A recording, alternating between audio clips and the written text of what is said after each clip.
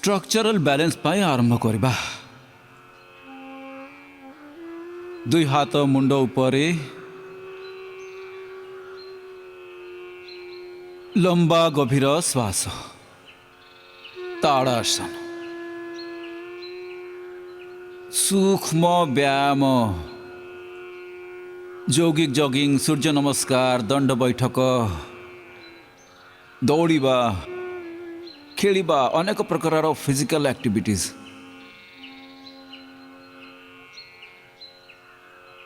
एबे जो अभ्यास कहूची गोटे गोटे अभ्यास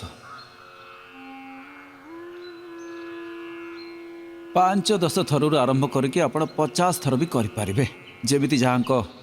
फ्लैट फुट्र प्रॉब्लम अच्छी फुट ड्रॉप प्रॉब्लम अच्छी ये 50-100 थर जाए करें। रोगर तो एमती 100 कारण अच्छी ता भितरु जे 10टा बड़ कारण जोग कम करिबा बा जोग न करिबा ताहार गोटे बहुत बड़ कारण अटे। लेस ऑक्सीजन सप्लाई ये भी गोटे बड़ कारण अटे।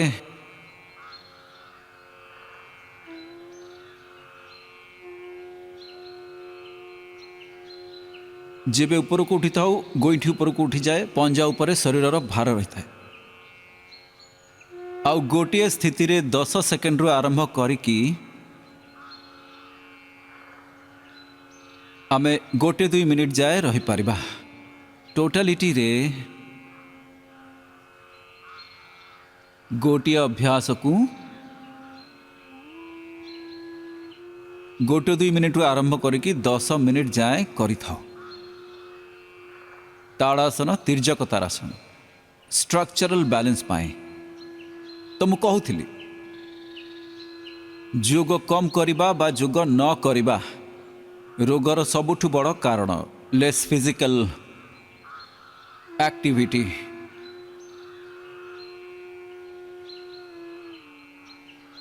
Less oxygen supply stress anxiety प्रज्ञा अपराध जेबे धी धृति स्मृति आमर विभ्रांत हो जाए था तो भ्रांति आसी जाए। धी धृति स्मृति भ्रष्टा कर्म यत् कुरुते अशुभम प्रज्ञापराधम तम विद्यात् सर्व दोष प्रकोपणम सर्व रोग सर्व दुख प्रकोपणम। आराम आराम रे एमती कर प्रज्ञापराध stress anxiety unhealthy lifestyles unhealthy thoughts unhealthy eating unhealthy emotions भूल प्रक्रिया रे उठिबा सोइबा जागिबा खाइबा ठारू नहीं करकी भूल अभ्यास ताड़ासन तिर्यक ताड़ासन एथिरे 2 प्रकार है अभ्यास त्रिकोणासन गोटे तो जेनरली करई थाउ आउ गोटे ये तो पंजा एमती साइड रखिकी एमती गोड़ को खोली देली ये हाथ तल को गला ऊपर वाला हाथ ऊपर आउ कांध ऊपर वाला हाथ को एमती देखिबो आउ तल वाला हाथर आंगुली गुरक पंजा पाखरे रहिबो आउ 2 हाथर पापुली एमती सामना को रहिबो ऊपर आड़ को एमती देखिबा त्रिकोणासन एमती रही जातु किछि समय स्थिति रे।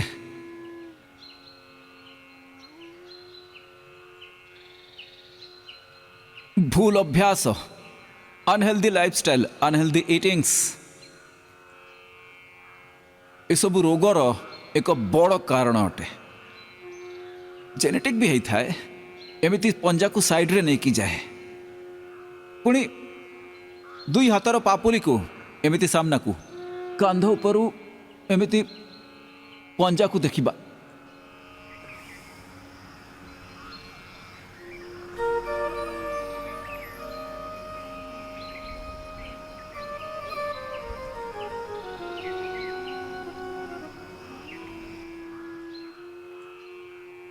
फेरी आस अन्य प्रक्रियाटी होची यार बहुत इजी वाला जहाँ कर दे आम एठी ये भी स्ट्रक्चरल बैलेंस पाई बहुत भल अटे।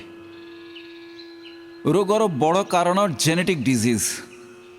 Bacterial viral disease fungal disease एमिति तो दुई भागर रोग को बंटा जाइछि ऊपर वाला हाथ सीधा रहिबो एमिति आउ कान सह लागी रहिबो तळ वाला हाथ communicable non communicable disease disease रु डिजीज ड्रग रु डिजीज डिजीज रो कॉम्प्लिकेशंस औषधर साइड इफेक्ट्स परिवेश भूल थिले सेथिरु भी रोग हो जाई थाए पॉल्यूशन रु एडल्टरेशन रु रेडिएशन रु रोग होई थाए स्ट्रक्चरल इम्बैलेंस पाई आपण को योगाभ्यास कहि दउछि रोगर आउ गोटे बड़ कारण अपपुष्टि मालन्यूट्रिशन हंगर और मालन्यूट्रिशन रु दुनिया रे सबुठु अधिक रोग हुए आउ मरी भी जानती हंगर आउ मालन्यूट्रिशन ओडिया रे ताकू कहंती भोक आउ अपपुष्टि बहुत प्रकार डेफिशिएंसीज प्रोटीन रु नहीं करे कि vitamin D B12 calcium omega 50% रु नहीं करे कि कोठी कोठी 80% आउ 90% जाए लोकों को भितर ए डेफिशिएंसी अछि श्वास बाहर को छाड़ी के आगु नहीं गल चेष्टा कर मुंड जेमिति आंठुरे लागिबो एमिति आराम आराम रे पाद हस्तासन फॉरवर्ड बेंडिंग हेबा परे बैकवर्ड बेंडिंग रे एतिकी नइबा उचित जहाँ को वर्टिगो प्रॉब्लम अच्छी चक्कर आसे सर्वाइकल स्पॉन्डिलाइटिस पेन अच्छी सावधान रहंतु गोड़ मझिरे अधा फीट दूरता आउ एमिति आराम रे अर्ध चक्रासन समस्त ही करिपर सावधानता पूर्वक श्वास भरिकी कर आखि खोलिकी करिवे बंद रहिले आखि चक्कर आसिबार संभावना रहिबो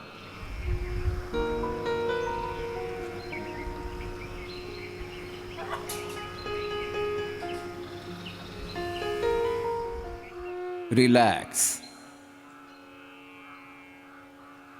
वृक्षासन प्रयत्न करिवे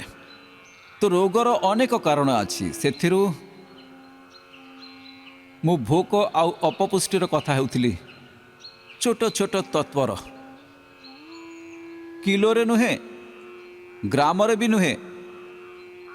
मिलीग्राम माइक्रोग्राम सेतिकी जदि कौनसी पोषक तत्व कम अच्छी शरीर भितर तो नस नाड़ीर एमिति कौनसी रोग हो जाए जहाँ आमको बहुत कष्ट पीड़ा दुख दे था तो सेथिरे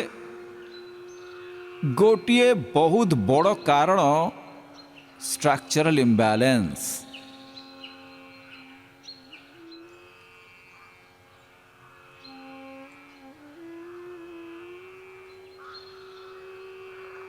गोटे पटरु कली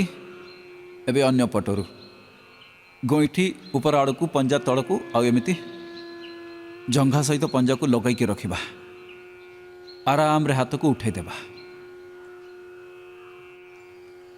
आउ एमिति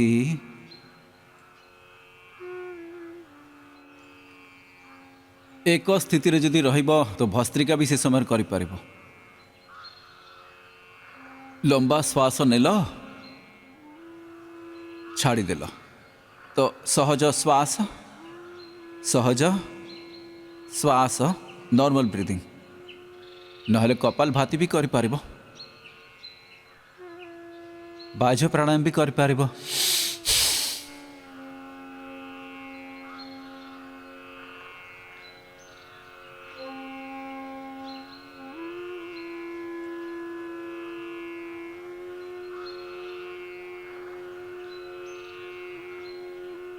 आसन करिबा और छाड़िबा समय रे हमर सहजता खंडित हेबा उचित नुहे एबे जहाँकर फ्लेक्सिबिलिटी टिके अधिक से माने एमिति हाथ एमिति करिकी भी करि परिबो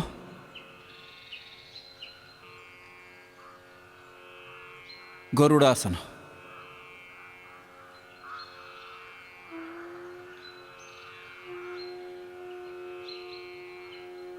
छाड़िबा समय भी एमिति आराम रे जल्दी करिवार नाही किछि धैर्यपूर्वक धैर्य धर्मर प्रथम लक्षण जुग धर्मर धृतिक्षमा तमोस्तेयं शौचमिन्द्रिय निग्रहाः धीर विद्या सत्यमक्रोधो दशकम धर्म लक्षण